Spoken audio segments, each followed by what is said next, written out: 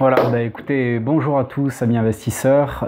Donc ce que je vous propose dans cette nouvelle vidéo, c'est d'expliquer un petit peu comment est-ce qu'on peut investir en bourse. Je commence en fait par les questions très basiques. C'est la précédente vidéo, c'était pourquoi investir en bourse. Donc je pense avoir un peu résumé l'intérêt pour toute personne d'investir une partie de son patrimoine sur le marché boursier.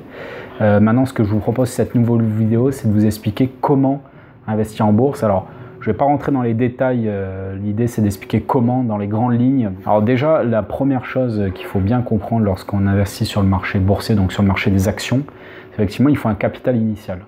Donc contrairement à l'investissement immobilier, souvent c'est un peu de cette manière-là qu'on le compare, c'est que l'immobilier vous allez pouvoir tout de suite faire du levier en empruntant et en investissement, voire parfois en empruntant 110% de l'investissement, c'est-à-dire l'appartement plus les frais de notaire.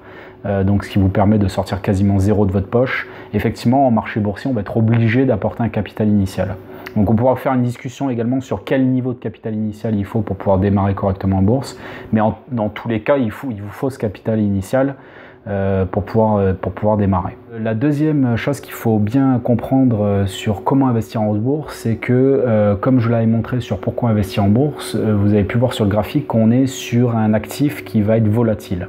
C'est-à-dire qu'une des spécificités du marché boursier, c'est qu'il va avoir des tendances à la hausse comme à la baisse sur des périodes assez rapprochées. Et du coup, ce qui est très important, c'est que vous vous donniez un horizon de temps conséquent. Donc ce qu'on préconise en règle générale, c'est minimum 5 ans. Moi, j'aurais tendance à dire qu'il faut même plutôt viser 10 ans pour être relativement serein. Quand on regarde sur 10 années glissantes sur les dernières décennies, il est rare que sur une durée de 10 ans, encore une fois, continue, on ait une perte même quand l'entrée est mauvaise.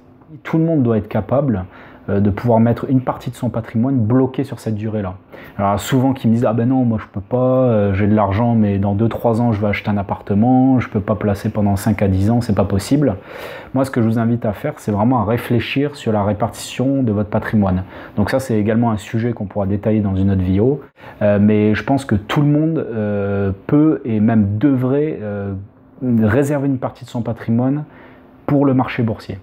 Et donc, à partir du moment où vous savez qu'une partie de votre patrimoine va être bloquée, et le jour où vous aurez besoin de sortir d'argent, la plupart du temps, c'est pour un investissement immobilier, un achat immobilier, rien ne vous empêche à ce moment-là d'emprunter davantage et de garder votre poche patrimoniale boursière sans avoir à la toucher et donc à rester sur un horizon de temps suffisamment important.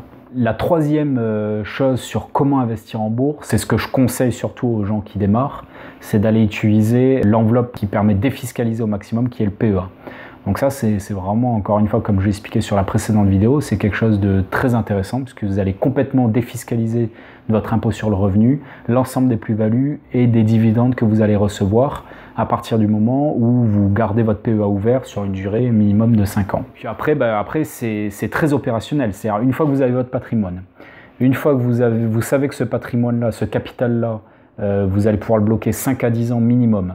Et une fois que vous avez ouvert un PEA, ce que je vous conseille fortement, après il ne vous suffit plus que de choisir votre broker et choisir vos actions. Alors finalement le broker ça va être assez simple parce qu'il n'y en a pas 50 000 sur le marché français, il va y en avoir peut-être 5 ou 6 de sérieux.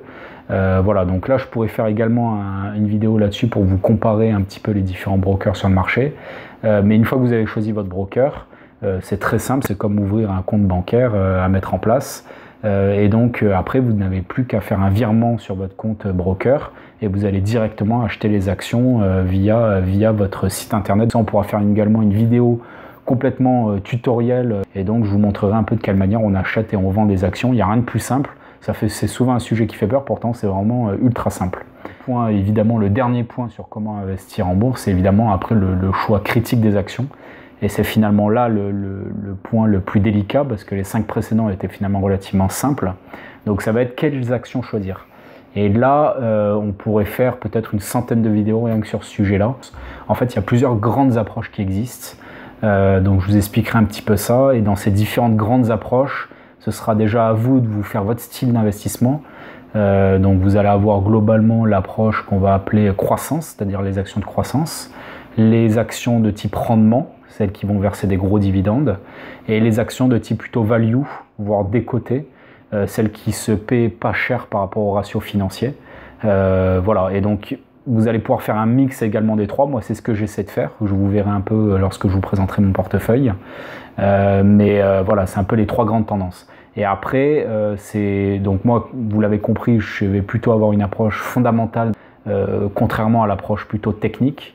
Et donc là, vous allez devoir analyser un petit peu les comptes des entreprises et comprendre comment fonctionnent les entreprises pour faire le bon choix de structure. Alors je vous rassure tout de suite, il n'y a pas forcément besoin d'y passer énormément de temps. L'idée, en fait, ça va être de comprendre les principaux ratios et surtout comprendre un petit peu comment fonctionne une entreprise d'un point de vue business. Voilà, donc c'est ça qui va finalement être le plus important. Donc je pourrais vous expliquer également ce sujet-là sur une autre vidéo. Et puis n'hésitez pas aussi dans les commentaires de me dire un peu par quel sujet commencer. Finalement, l'investissement boursier, c'est un sujet assez vaste. Donc dites-moi un peu les sujets que vous voulez que je développe. Et ça me fera un plaisir de pouvoir y répondre et de faire des nouvelles vidéos. Voilà, je vous dis à très bientôt. Merci.